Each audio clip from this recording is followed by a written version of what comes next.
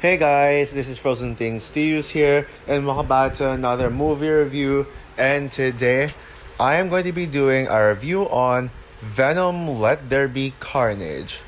So, Venom Let There Be Carnage is the second installment in the Venom duology, well, soon to be a trilogy, since it's getting a third film this year, and is directed by Andy Serkis. Yes, Caesar himself from the Planet of the Apes reboot trilogy, and it stars Tom Hardy, Woody Harrelson, Michelle Williams, Naomi Harris, Reed Scott, Stephen Graham, etc. And so basically, the plot for Venom Let There Be Carnage, it tells the story of Eddie Brock, aka Venom, who well, technically Eddie Brock himself, who interviews this serial killer named Cletus Cassidy, who apparently is Carnage. Yeah, Cletus had this backstory where he murdered his own family when he was a kid, and his life is dedicated to being to being Carnage. Cletus escapes prison, and one day, yeah, no wait, not yeah, he's in prison while being interviewed, one day he eventually escapes prison. While this is happening, Eddie and Venom are pretty much dealing with each other because apparently they both have some disagreements. Venom wants to do this. Like Venom has a hard time trying to follow Eddie's rule, and Eddie's like being the boss of Venom. So yeah, they both have, they both try to keep their relationship afloat. Like they try their very best to keep their relationship in good hands. And so yeah, um, when they find out when they find out about um, Carnage taking over the city, and even freeing his girlfriend named Shriek, who was about to get married with Carnage. Venom and Eddie must work together, was join forces together with the help of Anne and Dr. Dan Lewis stop uh, to stop Carnage. And yeah, so that's basically a plot for it.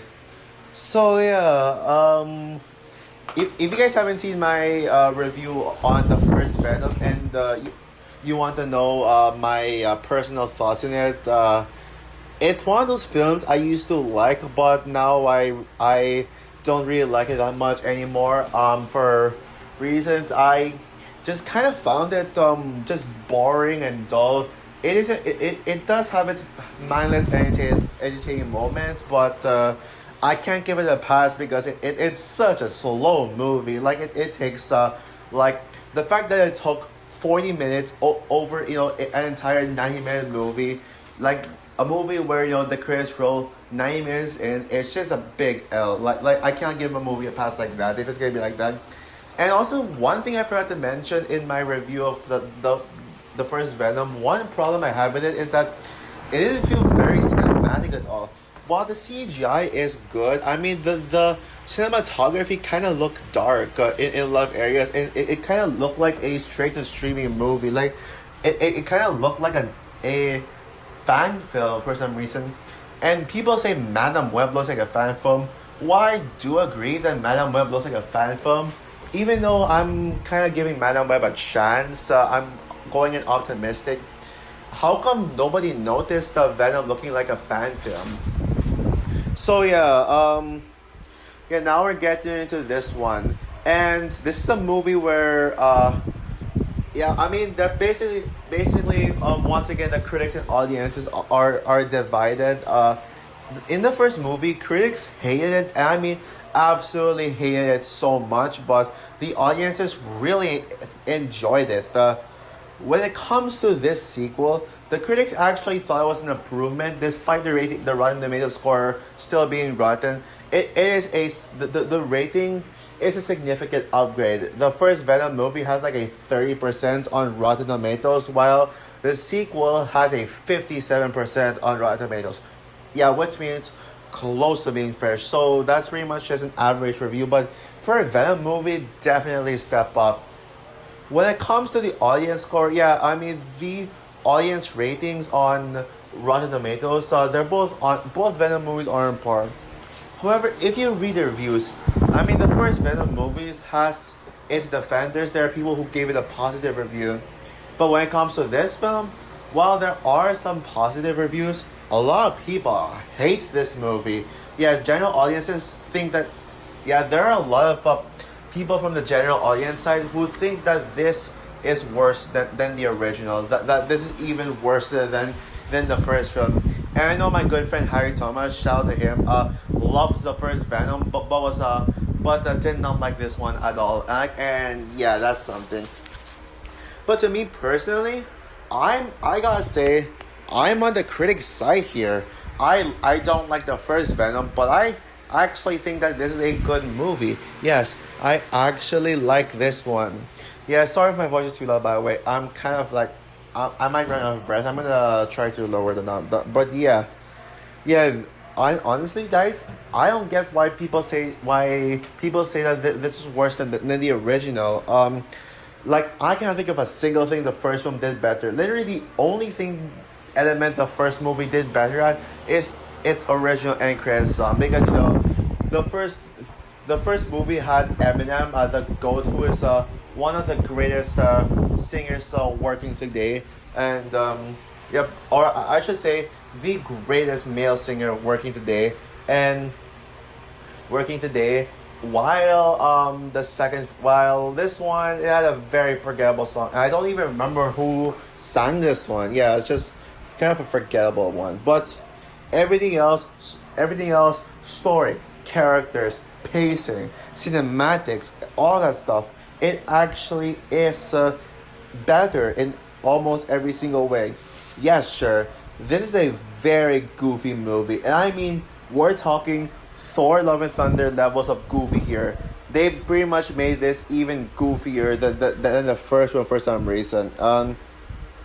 And I will admit that there are some problems, some of the same problems I had with the first film. One thing being the slow pacing and the fact that there was not enough action scenes. Yeah. Yeah, apparently, the movie focuses on the relationship between Eddie and Venom, especially in the first half. It focuses more on trying to build upon the relationship between Eddie and Venom, more so than about Carnage's wrath. Yeah, we see Eddie and Venom bicker a lot with each other. Yeah, yeah, this movie still has its noticeably pacing issues. However, it does not. Thankfully, the slow pacing in this film does not bother me as much as the first film. Why? It's because of Venom. Yeah, at the very least, Venom still gets his time to shine in the first time. In the first film, it was just all Eddie Brock throughout its slowly paced first act, and that's the reason why the movie fails to have a proper build up. It fails to keep you engaged because of how boring it is, because there's still no Venom. And yeah, but in this film we get to see a lot of Venom. We get to see lots of Venom in this film. And yeah, Venom is hilarious. Yeah, you can clearly see that this movie has such a great comedic has such great comedy. And I know, yeah, I compare this to Love and Thunder. Even though I do think Love and Thunder is an average film, I mean, what makes this one work way more than Love and Thunder is that in your Thor, Thor is established as a character who's supposed to be serious. And there's a reason why Ragnarok worked with its comedy, because it was able to bring in drama. But Love and Thunder was just all one big joke. Even though Love and Thunder was mildly enjoyable, yeah, it just ended up being a forgettable movie. And the jokes, the fact that it was a goofy movie put it really off. But at least with Venom, the first Venom established that we're looking into a Venom that has a sense of humor. So yeah, when it comes to being all goofy with this film, then it actually works because we know that Venom is capable. This Venom can do comedy. So, and I gotta say, yeah, I was laughing at a lot of Venom's jokes. It was hilarious. It was hilarious. And yeah, Eddie and Venom did have such a stronger chemistry.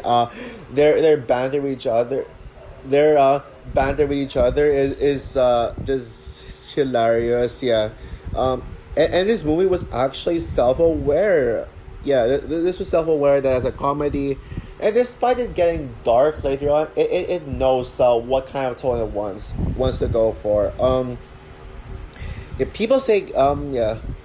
I'll get to some of my other flaws later, but I want to get into some of the compliments I have with the film. People say Carnage was underutilized, but honestly, I disagree. I don't get that criticism at all. I think Carnage was perfectly utilized, especially when the second half of the movie is all about Carnage. Yeah, all about Carnage. Yeah, I mean, Woody Harrelson was definitely the standard of the film. Yeah, he felt threatening. He felt ruthless. He felt ruthless, and yeah, I gotta say this might be one of Woody Harrelson's best performances. I don't know if I would say call this his best performance. I'll have to think about that. But one thing I will say, this I actually prefer him in this movie over War for the Planet of the Apes. Yeah, this is Woody Harrelson's best villain performance. Yeah, perfect casting choice for Carnage, and we really get this serial killer vibes here. Yeah, we get to see Woody Harrelson giving us this serial killer vibes. Yeah, wow. Yeah, yeah, he definitely stole the show here. And the final battle between Venom versus Carnage, yeah, it is freaking sick. Yeah, it was such a fucking awesome final battle. Yeah, but yeah, but as for the other flaws out of the film, yeah, let's talk about the other flaws. Yeah, Shriek did not need to be in the film. Yeah, I'm sorry, Naomi Harris. I mean, yeah, funny how this and No Time to Die came out on the exact same month, and they both they both came out 1 week apart. Well, 3 weeks for my country. But yeah, both this and No Time to Die came out like a week apart in the U.S. and both starred Naomi Harris in a minor supporting role. Yeah, yeah, you can clearly tell that Naomi Harris wasted all her talent in this film and saved all her efforts in No Time to Die because she knew what was the better movie, and it obviously it's No Time to Die. No Time to Die is still my favorite movie of 2021 and still the best Bond movie. Highly doubt any Bond movie will top this, unless maybe if they can pull off a few things that can make me become a fanboy.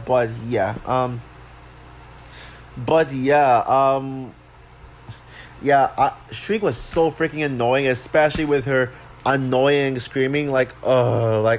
Yeah, she was so freaking annoying. She kind of annoyed me, and yeah, Naomi Harris gave such a crappy performance. She's not as bad as Carlton Drake. I'll give it that. Yeah, she is slightly better than Carlton Drake. Yeah, Carlton Drake is still the worst Venom villain and the worst villain of the Sony Spider-Man universe. But now Naomi Harris was god awful in this one. Also, also the story. Well, the story I don't think is a bad plot. I like how basic and I like how simple it is. Am I the only one who noticed this story actually rips off us? This story is actually a rip-off of Silence of the Lambs. Well, maybe minus the part that there's like another serial killer. I mean, maybe it's not a full-on rip-off because, if it was a rip-off, then it could have been just then Carnage could have been anti-hero, and it could have been Eddie Brock interviews Cletus Cassidy to get into a mind of another serial killer.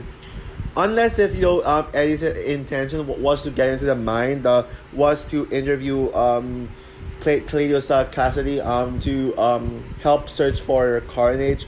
That could have been like a straight up ripoff, but at the very least, yeah, I'll give it this. Yeah, it's not really a ripoff, a full, but on paper, yeah, having a journalist interview a serial killer, and then we see like the serial killer, beating the shit out of cops and escaping prison later on. Yeah, does not sound like Silence of the Lambs to you? And even like scenes with cops walking through prison and you see a bunch of prisoners. Yeah, isn't that taken from Silence of the Lambs? Yeah, that's something. So yeah, and one thing I will also, oh yeah, another compliment I will give this film is the fact that this felt more cinematic than this actually felt more cinematic than yeah, yeah, this felt much more cinematic than the first film, because the first film, I like I already said a complaint. This one felt more theater worthy. Andy Serkis gives a much better direction, and yeah, I love how bigger in scale this one is. That despite a shorter runtime and a faster pacing, yeah, this one did feel like a more theatrical movie. So yeah, so overall, yeah, Venom Let There Be Carnage, it is a good movie. I actually really enjoyed it. I think that this is definitely one of my guilty pleasures of 2021. It does have its flaws, so no doubt about it, and it's not a great movie. But right now, this is by far the best film in the Sony Spider-Man universe. Yeah, this is easily the best of the three Sony Spider-Man universe films. So yeah, with that said, I'm going to give Venom Let There Be Carnage a 3.5 stars out of 5. Good movie. So for my review of Venom Let There Be Carnage, what are your thoughts on the film? Would you agree with me that this is better than the first film, or are you one of those people who think that this is weaker than the first film? So yeah, comment down below, like, subscribe, hit the notification bell, and stay tuned for my rant on Morbius. Bye guys.